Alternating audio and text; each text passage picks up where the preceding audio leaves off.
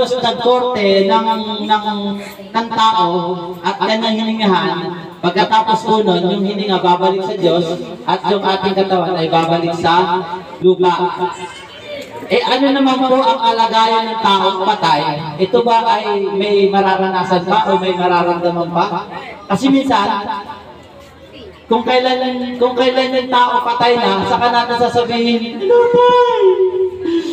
Mahal na mahal kita! Ano ba nangyari sa'yo?" Diba? Kung kailan patay na yung tao, saka natin sasabihin, mahal na mahal mo siya. Diba? Dapat ang buhay pa. Sana si tatay nakarinig ng gano'n, no? Natay, kahit ganito lang kami, kaya yung mama ko. Pero nung naramdaman ko dahil ng birthday ng mama ko, parang ang hirap bitawan, pero mahal mo naman talaga yung nanay mo. No, naganda kami ng konti, tapos nung sinabi ko yung mahal kita, parang ang hirap pero ang sarap sabihin na may nagmamahal palang anak sa kanya. At yung mga kapatid ko, ganun din. Parang hirap na hirap nilang sabihin na mahal kita. Oo. Dapat sasabihin mo yung mahal kita dun sa buhay, brother, di ba? Oo. Kaya sinabi mo na ba sa sweetheart na yan? Diba? Ang hirap sabihin, pero lalong-lalo na sa ating mga mahal sa buhay. Nandiyan pa yung nanay nyo, nandiyan pa yung tatay nyo, nandiyan pa yung mahal nyo sa buhay, o girlfriend, anak, o sino man. Sabihin natin sa kanya na mahal natin siya. Kasi sabi dito, ano ba ang alam ng tao pag siya ay patay na? Sabi sa Ecclesiastes, sapagkat nalalaman ng mga buhay na sila'y namamatay, ngunit hindi nalalaman ng patay ang anumang bagay. So kahit anong gawin natin kay tatay na ibigay yung ginto, ano man ang paborito niya, alam mo yung lola ko namatay, bago namatay, nag-request pa ng spaghetti. Buti na lang naibigay. No? So yung katulad ni tatay, na siya ay wala ng buhay ngayon, kahit anong ibigay namin sa kanya, hindi niya na po yun alam. Wala na po siyang alam. At kahit anong bulong mo sa kanya na mahal kita tay, sana sinabi ko ito nung buhay ka pa, hindi niya na rin ito narinig. Ang chance na lang, nandiyan pa yung nanay mo, o nandiyan pa yung sweetheart mo, asawa mo, doon mo na sabihin habang buhay pa. Amen? Amen po ba? Amen. Diba? Habang buhay mo yung anak mo, tatay mo, asawa mo, sabihin mo na sa kanya, mahal mo siya. Kasi ang sabi ng Biblia, dito sa tinatawag natin Ecclesiastes 9 verse 5, sapagkat nalalaman ng mga buhay na sila'y mamamatay, tayo mga buhay, alam natin na tayo ay mamamatay. Pero ang patay, hindi niya nalalaman kung ano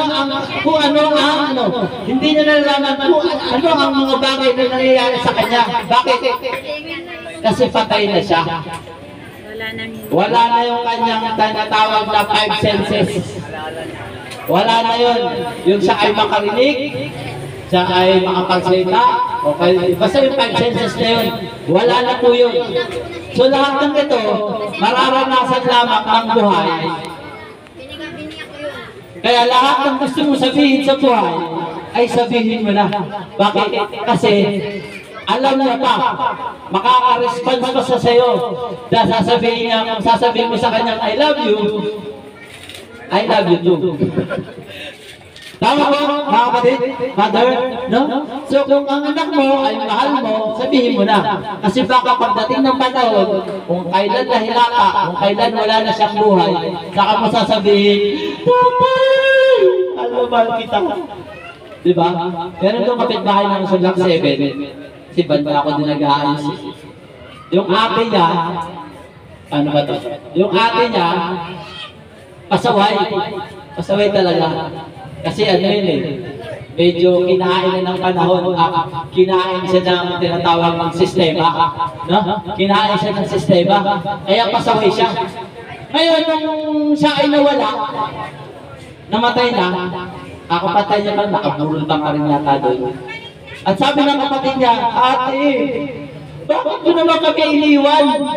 Nakalagay pa, nakapost pa sa Facebook. Nakapost pa, ate, bakit mo kami iniwan? Alam mo ang reply? Reply yung ate. May nag-comment. Alam mo yung nag-comment? Iwari ka lang, yung buhay pa ate mo, tinatadyak-tadyakan mo eh.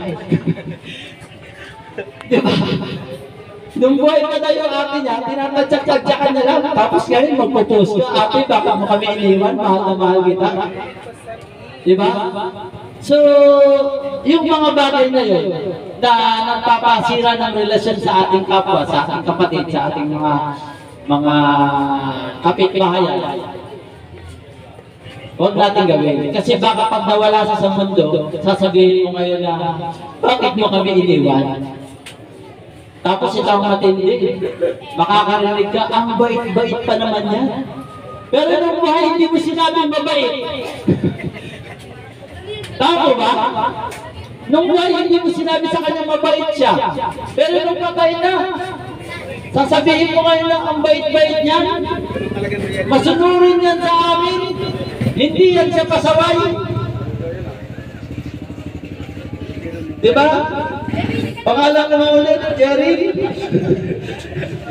Kung kailan matay, sasabihin mo mabait, pero nung buhay ayaw mo sabihin. Diba? So, alam nyo nga, sa mga naiwan ng pamilya ni Brother na Tornino, ang bawi na lang natin sa kanya ay pagsilbihan natin siya ngayon. At darating po ang panahon ay magsama-sama tayo sa kalooban ng ating Panginoon. Lahat po tayo mawawala. Kaya sabi nga ng pelikula, walang rewrite.